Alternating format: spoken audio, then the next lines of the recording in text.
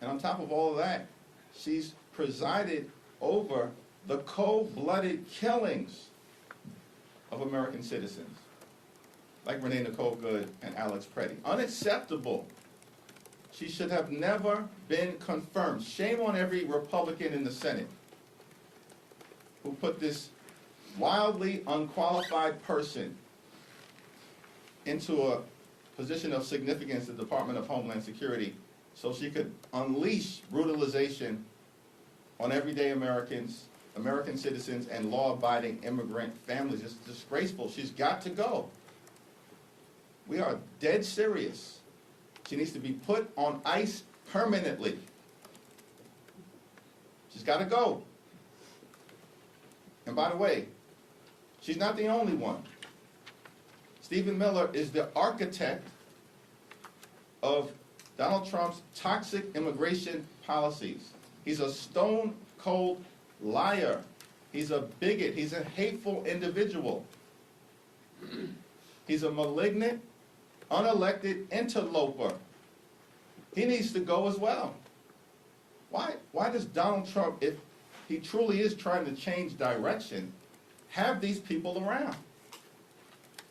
So when we evaluate the administration's intentions, we're not interested in a change in tone. We're interested in a change in behavior on the ground in American communities across the country and as it relates to the people who are around Donald Trump. Michael. Thank you. How recent was your conversation with the speaker? Yesterday. Okay. This weekend there'll be a special election in Texas where Houston voters will seek to, replace, fill the seat that Sylvester Turner vacated when he passed away last week. It's going to tighten the margin in the House even more. Just want to get your thoughts on the election. Do you have any relationships with the two candidates? What are your thoughts about the House returning next week with one more Democrat that will, again, kind of tighten the margins even more, make it even harder for the speaker to, govern and enact his agenda? Well, the people of the 18th Congressional District, it's the 18th, right? Yeah. People of the, just making sure you're paying attention. I got you. People of the 18th Congressional District will decide who represents them in Congress. It's a legendary district. I mean, one of the most legendary congressional districts in the history of this country. It sent to Congress Barbara Jordan. Sent to Congress Mickey Leland. It sent to Congress Sheila Jackson Lee. It's a legendary congressional district. So we're excited to see what comes next. And of course, that person stands on the shoulders of all of those giants, and though he was only with us for a few months, the great Sylvester Turner. What about the margins? Well, with respect to the margins, this is another reason why, as we have continued to say, House Democrats, Senate Democrats, all of us, that when it comes to these appropriations bills or any legislative item before the American people, we're just not down with the my way or the highway approach. It's not going to lead anywhere other than crashing and burning legislation or the appropriations process. The extremists in the Republican Party spent the better part of last year trying to fool the American people as if there was some big, beautiful mandate. And because they apparently convinced themselves, though not the American people, they've engaged in things that have worsened their position, not made life better for the American people. And if they continue down that destructive path, only a few things are going to come out of it. One, Republicans may shut the government down again, at least in part. Two, they will continue to fail to deliver on their promise to lower the high cost of living.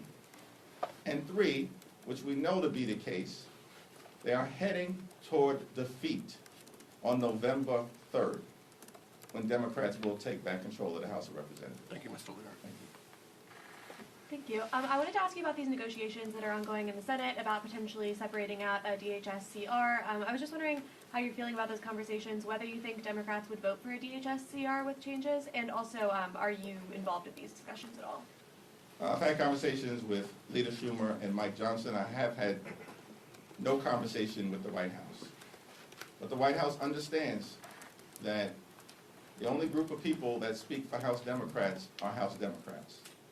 So we'll evaluate whatever comes out of the Senate.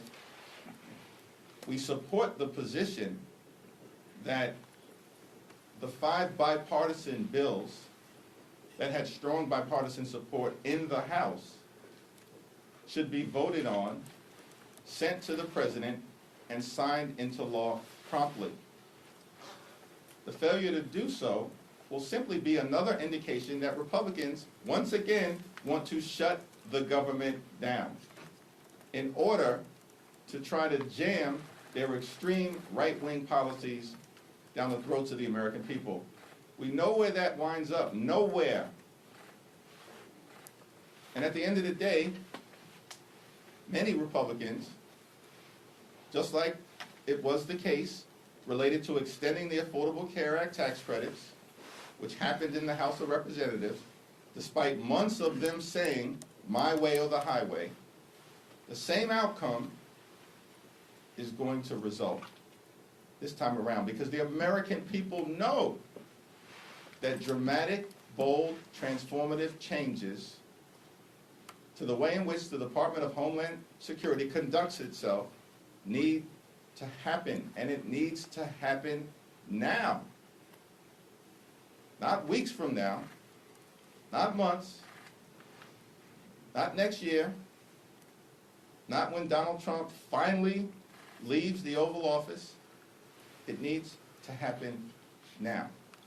So we'll evaluate whatever is sent to us, and if we're on a path toward dramatic, immediate, transformative change, then I'm sure that will be a part of what heavily, weighs into our discussion. Mr. Leader, thank you. We've been asking about this, but as a follow-up, you did say that you're on the same page with Leader Schumer. He enunciated 3 particular demands that Democrats have. Yesterday, one dealing with warrants and making sure there are warrants, no roving raids, as he said. Second, dealing with enforcing code of conduct, and the third, dealing with no masks and other, making sure there was IDs for ICE and CBP. Are those your same 3 demands? Those are 3 broad categories as I have assessed them.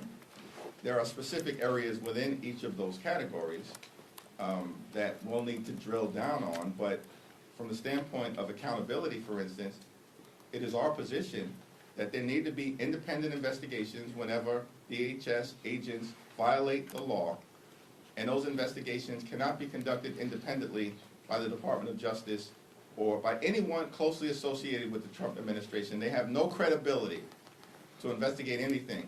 These extremists lied after 2 Americans were killed in cold blood, called them domestic terrorists. Stephen Miller said that Alex Preddy was a would-be assassin. Even the NRA is up in arms as it relates to the malignant lies being told by this administration. So from an accountability standpoint, if someone breaks the law, this is a pretty simple, non-controversial American principle. They should be investigated and prosecuted criminally. The administration is incapable of doing that. And so, state and local law enforcement should explicitly have the authority to investigate crimes that are committed by DHS agents in their state and local jurisdictions. We also are strongly of the view that masks are completely and totally unacceptable. It's incredible to me that Republicans passed legislation, their signature bill, the thing that they're proudest of, the one big ugly bill, largest cut to Medicaid in American history, ripped food out of the mouths of hungry children, seniors, and veterans. And why did they do that? In part, so they could give ICE more money than they've ever been given before and unleash thousands of masked agents who are brutalizing and killing American citizens. This is the Republican priority. It's unbelievable. And so there's a clear contrast between who they are, what they represent, who we are, what we represent. And part of the problem with the masks is that it connects directly to the lack of accountability. And if you have these masked individuals engaging in thuggery directed at law-abiding immigrant families and American citizens, it reinforces for them that they can behave with impunity. They were directed apparently to do this by Donald Trump and Kristi Noem and Stephen Miller. So that clearly has to change. And when it comes to American citizens, like, we should have an explicit prohibition that DHS cannot detain or deport American citizens, period, full stop. The American people support it. The American people also support enforcement of the Fourth Amendment. These extremists seem to believe that the Fourth Amendment prohibition on unreasonable searches and seizures, they should read it. They claim to be fans of the Constitution. These extremists seem to believe that the Fourth Amendment does not apply to DHS enforcement activity. They've lost their minds, and the American people know it. And so we believe that a judicial warrant should be required in all circumstances related to DHS and ICE activity before they can break into homes or rip people from their cars, break glass. The American people reject it. It's out of control. It's one of the reasons why ICE is deeply unpopular right now, and they will remain so. So yes, we need judicial warrants as well. And all of those items we interpret as within the broad categories that Leader Schumer has set forth. Would you like the ban on deportation of American citizens as part of this? I think that, I mean, in what country are we living in if it's controversial to prohibit a ban on American citizens? That shouldn't even be a discussion. Is that a yes? You want Of course that? it's a yes. Okay. In what country are we living in where ICE and DHS have free rein to detain and deport American citizens? That's inconsistent with the Constitution. And so, if the extremists don't get it, it should be made explicit. Bovino has left Minnesota. Noem is scaling back operations in Maine. Tom Homan is taking a more active role. Tom Homan was appointed by Obama. Do you see this as an improvement to the situation? Not necessarily. Remains to be seen. When you talk to the speaker, have you gotten any kind of assurances that he will seat whoever the winner of the Texas special election is in a timely manner to avoid a repeat of what happened with Adelita Grijalva? I think that point has been made explicitly clear to Speaker Johnson and to Republicans that we can never have another Adelita Grijalva situation again, beginning with the victor of the special election connected to Texas's 18th congressional district. Thanks. Sir, there is concerns from some among your party that a CR would allow ICE to continue operating the way that it's been operating. I wonder whether you share those concerns and how you plan to address them, if that is the path that Senate Democrats take. We haven't evaluated any agreement that comes together because there's no agreement that has come together yet. But dramatic changes need to occur as it relates to the way in which DHS agents generally, and ICE specifically, have been conducting themselves. Taxpayer dollars should not be used to brutalize American citizens, to kill the American people, or to violently target law-abiding immigrant families. And so any agreement that comes together in the Senate will have to evaluate in its totality including as it relates to if there is to be a continuing resolution, it cannot be endless and it cannot be long. And that's the most that I'll say about it right now. Are you planning to co-sponsor Robin Kelly's articles of impeachment against Kristi Noem? I think House Democratic leaders have made clear our position. The statement speaks for itself. If Kristi Noem is not fired immediately, impeachment proceedings will commence. Jamie Raskin, who was the lead impeachment manager during Trump's second impeachment, and forcefully and actively participated during the first impeachment, issued a statement where he made clear how he thought things should proceed. In reference to this current version of the Kelly resolution as a foundation for the investigative work that needs to take place to ensure that we are presenting the strongest possible articles of impeachment of Kristi Noem before the House of Representatives. We don't want a show vote. We want a successful vote.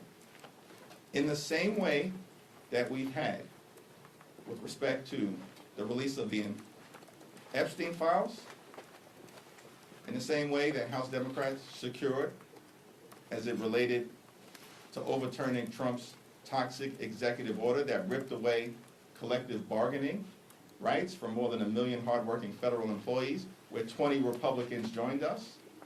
And we want a successful vote in the same way that 17 Republicans joined all 213 Democrats, despite all the cynicism and skepticism coming out of this town that House Democrats were overreaching in our demand that we're going to extend the Affordable Care Act tax credits, and we're going to do it on our terms. So we know how to move Republicans over to our position. Why? Because we're on the side of the American people. And when it comes to the possible impeachment related to Kristi Noem, it's our intention to do the same thing. Sorry. Thank you, everyone.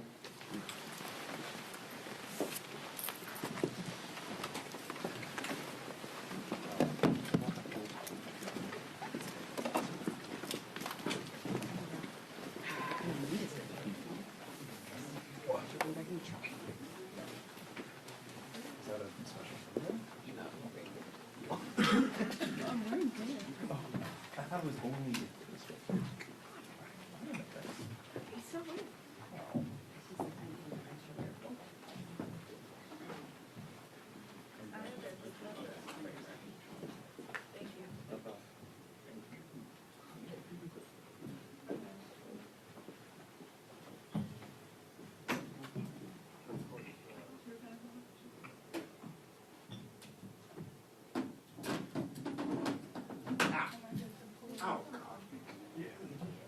The one little button.